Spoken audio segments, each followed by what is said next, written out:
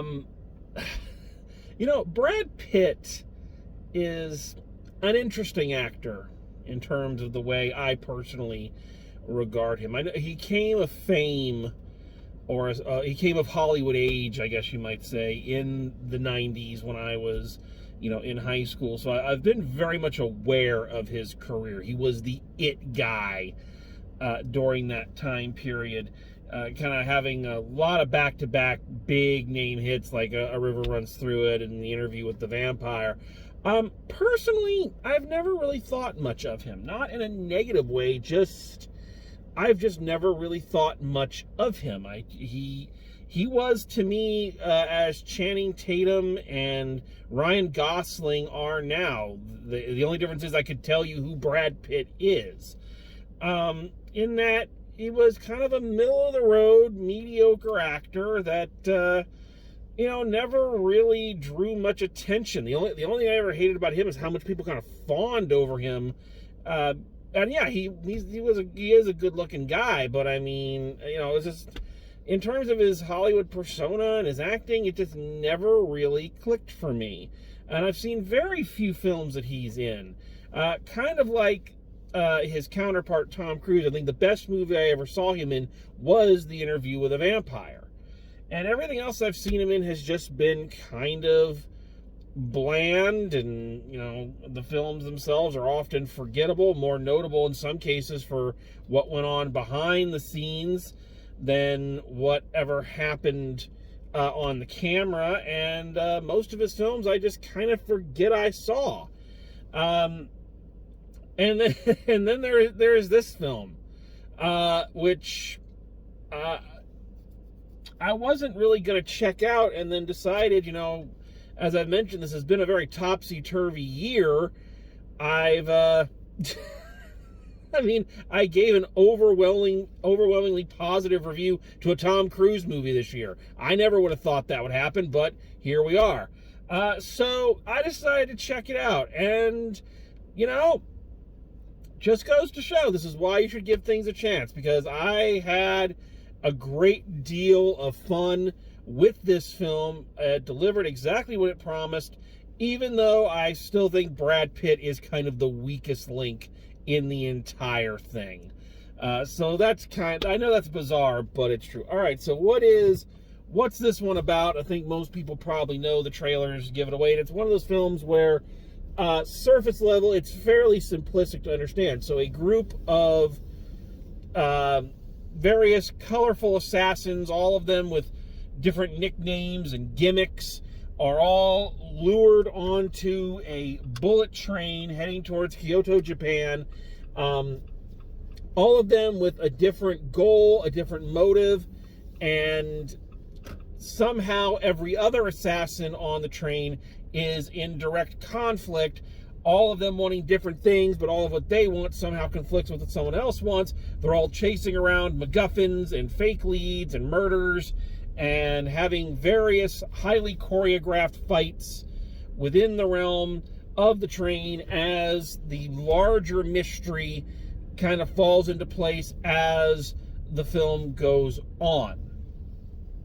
One of the things that struck me while watching this movie is a real sense of just frustration, and not at this movie in general, but ironically, or maybe not ironically, I'm using that term wrong, of video games.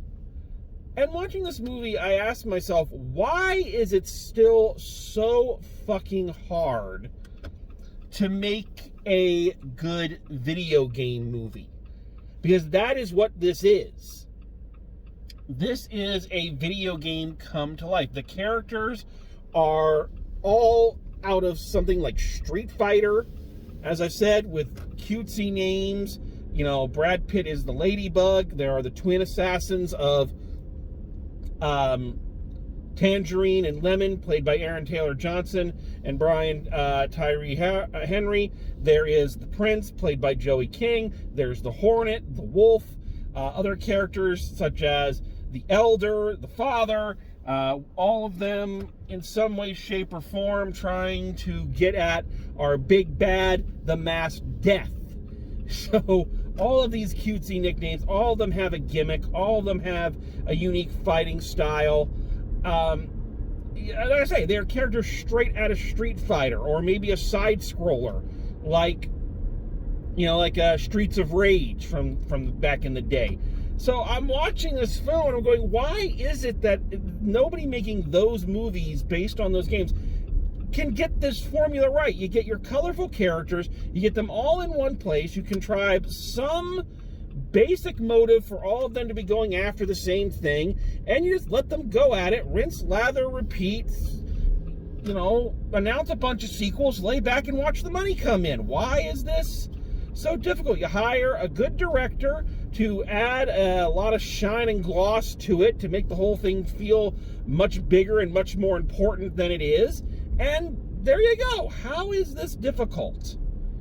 But apparently it is difficult, and I'm not trying to downplay the talent at work here, because there is a lot of talent. So director David Lynch, has mastery of this type of film, having directed the Fast and Furious spin-off Hobbs and Shaw. He did Deadpool. So he's got this genre of hyper action, hyper violence. He's got it down pat. And the whole film has a nice, sleek gloss to it. Very stylized. Again, making it gives you the impression that it's more epic and more important than maybe it really is. But we'll talk about that here in a second. And the cast is pretty much phenomenal across the board. Again, Brad Pitt as our main protagonist, the named Ladybug, and there's this whole metaphor about him, his gimmick being that he feels like he's a magnet for bad luck, that even when he tries not to kill people on a job, somehow he always manages to. And we hear later that, a ladybug is a symbol of good luck in Japan because of the 7 dots on its back. They say that's the 7 suns, that the ladybug is drawing all the bad luck in the world to them so that others can lead a blessed life. So you get that. You've got Tangerine and Lemon, which Tangerine, his gimmick is that he's a surly Cockney, and Lemon's gimmick that he loves Thomas the Tank Engine. Bizarre, but Prince, who is a young girl whose gimmick is that she plays up the young girl aspect, kind of like the Natalie Portman character in The Professional, like on crack, and she plays that up so no one suspects her, but she's the most devious of all of them. The Hornet, who does Poison, the wolf, who you don't really meet for very long. Anyway, I went off on a tangent there, but anywho, so I think Brad Pitt may be the weak link in all of this, and that's just my opinion. It's not that he's bad in the role. As I've said, he's not bad. He doesn't feel like he stands out or is as, I don't know, he just doesn't feel like he blends into the ensemble as well as all of the other characters, and I don't know why that is. That could just be a personal bias on my part, and I'm willing to acknowledge that. Again, I don't know if it's just me or not. I don't know if anybody else thinks this about Brad Pitt. Again, he's not bad. He's just not really great. He's just kind of flat, which I guess may fit with the character who's supposed to be a little bit more of an everyman. His whole gimmick being not just that he's got this bad luck, but that he's trying to improve himself. He's going to therapy, and he doesn't want to resolve things with anger and all this. So this is a good segue. It is entirely possible that this film is about more than it seems on the surface. This film has a lot of allusions towards concepts and themes like knowing people, and it's the simplistic things that tell you who a person really is. You can try to be more complex about it, but really it's the very basic things you learn as a child that tell you who people really are. There's the constant theme of luck and fate, and do you make your own fate, or do you go with it? Do you trust the world to kind of lead you where you need to go and believe that everything that happens to you is leading to something more important? Or do you try to struggle against that and change fate, and very much in the Greek tragedy mold, end up making things worse for yourself because you're trying to fight it? And with the Brad Pitt character, there are questions of, I guess, to use a tired phrase, questions of the perception of masculinity and toxic masculinity that the Brad Pitt character, Ladybug, obviously with a feminized name, and a character who does not represent the typical view of what one would consider macho or manly. He is not an 80s or 90s action star coming in here knowing they can kick everybody's ass and wanting to rough everybody up. This is a person who has deep emotional issues and is trying to get in touch with them and can fight and will fight and kill and defend themselves and whatever, but it's not what they want to do, and they have guilt about that. So for a cursory viewing, a first time out, only seen it once, I'm not sure if this movie actually is deep, or if it's just using those things and playing them for laughs to give the film a little bit more connective tissue than your standard high concept, high gore, high body count action film.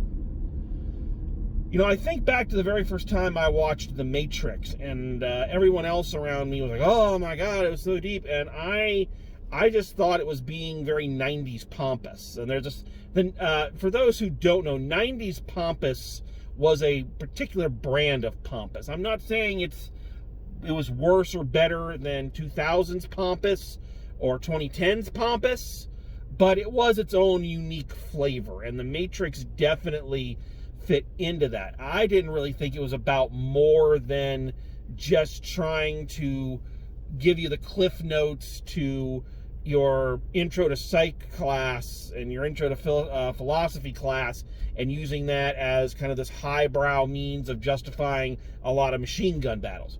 Now, obviously, even though I'm not a huge fan of The Matrix, upon viewing and upon studying and all this, I now know that there is a lot more going on in The Matrix than upon an initial viewing. And I don't know if this film is in that same vein. I can't tell right off the bat. I think at this point there's ample arguments on both sides. One to say, yes, there's more going on here, and also to say, no, it's just trying to be a high concept action film. Maybe time will tell on that. Maybe future viewing, maybe this is this generation's The Matrix, and it will become its philosophies and means of storytelling and connective character tissue is going to become studied in film classes and universities the world over. Books will be written about it. I don't know. I really don't. It's possible, but just know going into it that it does seem like there's a little bit more. They're trying to be a bit more interesting and a bit more thoughtful, and using the overall bigness, the overall flashiness of it to get away with exploring some of these more high concept issues and thoughts. At least that's what it seems. So yeah, on the whole, the movie is just great. The action is unique and interesting. It's one of those highly choreographed action movies where, this only works if everybody knows exactly what move you're going to make, but it still looks cool. Most of the fight scenes have a lot of fun with the environment and the people involved. As I said, each character kind of has their own style, And so when you blend that together, you get an action film which is pretty fun to look at and pretty fun to watch.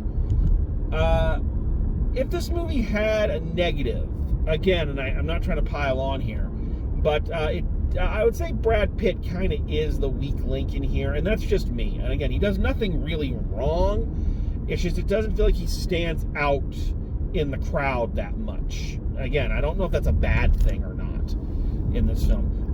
The other bad thing, and this one I can't forgive, I just can't, because it's just something that for me is almost always death. Very few films can come back from this, in my opinion. There's a fucking snake. All right, there's a fucking snake. I hate snakes. I am fucking terrified of snakes. And there's a goddamn snake in this, and not in like a quick throwaway, and I knew it. It's in the first 3 minutes where they're in the hospital and they have the news on and they're doing a report about a poisonous snake being stolen, and I'm like, oh motherfucker, there's gonna be a snake in this, and there's a snake in it, and fuck. Oh, I hate that. God damn. Like, again, very few films can come back from that. You know, Raiders of the Lost Ark is one. You know, this film does it okay, but it really does make. I'm not being overly dramatic here. I'm being honest. That alone would make it very hard for me to want to watch this movie again. And this movie was great, and I really enjoyed it. But the fact they have this snake slithering around, Jesus, oh God. I don't know, you know, for some reason, my TikTok account seems to think that I love Boy Meets World and snakes, because it keeps sending me videos that have those two things. And I don't like either one of those things. Okay? I find them both incredibly cringy. So please stop sending me this shit. But anyway, so yeah, not a fan of the snake. But aside from that, there's not a lot negative I can say about this movie. It's everything it says it's going to be on the box. I love, you almost feel, and this is a stupid thing to say, I think it's just kind of the modern landscape of cinema these days. You almost feel like a lot of these characters are so colorful and so unique and so much fun. You almost wish like this was, you know, their Avengers, that all these people had movies of their own prior to this, and that because I want to see a whole movie of Lemon and Tangerine. I'd love to see a whole movie of, you know, The Wolf. I'd love to see a whole movie of Prince, you know, and just have them all do their own thing, and then have this be the big culmination where all these characters get together and it's like a big battle royal to see who's going to come out on top, you know?